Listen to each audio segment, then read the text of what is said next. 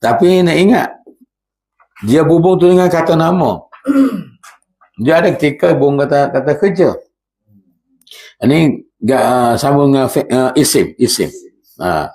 Aba, ana, liko, ana, dua liko, ayatuna.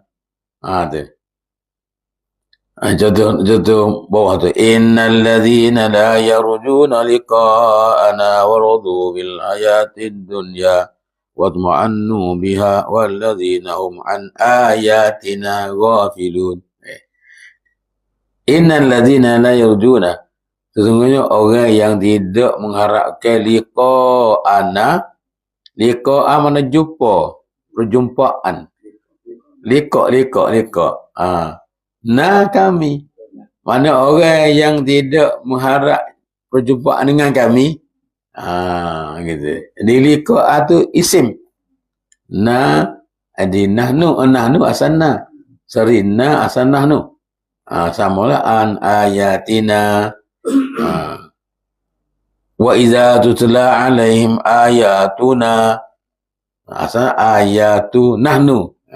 Gitu dia. La yarununa liqa'ana liqa'a nahnu. Gitu dia. Okey dah. Ingat nas itu bersambung dengan isim. Jadi okey. Gapo jadinya untuk kefahaman dari kurung dari berkotak.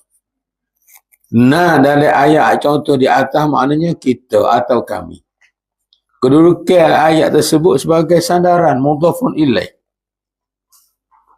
Manakala nahnu tu dia bersama dengan isim, maka dia mudhafun ilaih.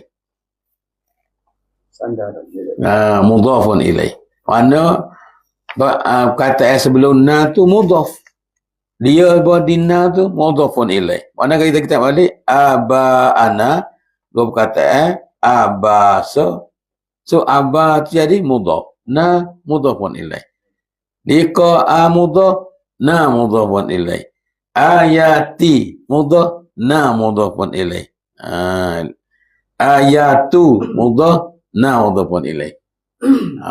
Itu dia. Jadi goda mudhafun ilaih. Sandaran.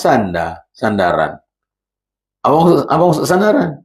Apa maksud di sebalik mana sandaran itu? Kepunyaan atau pemilikan.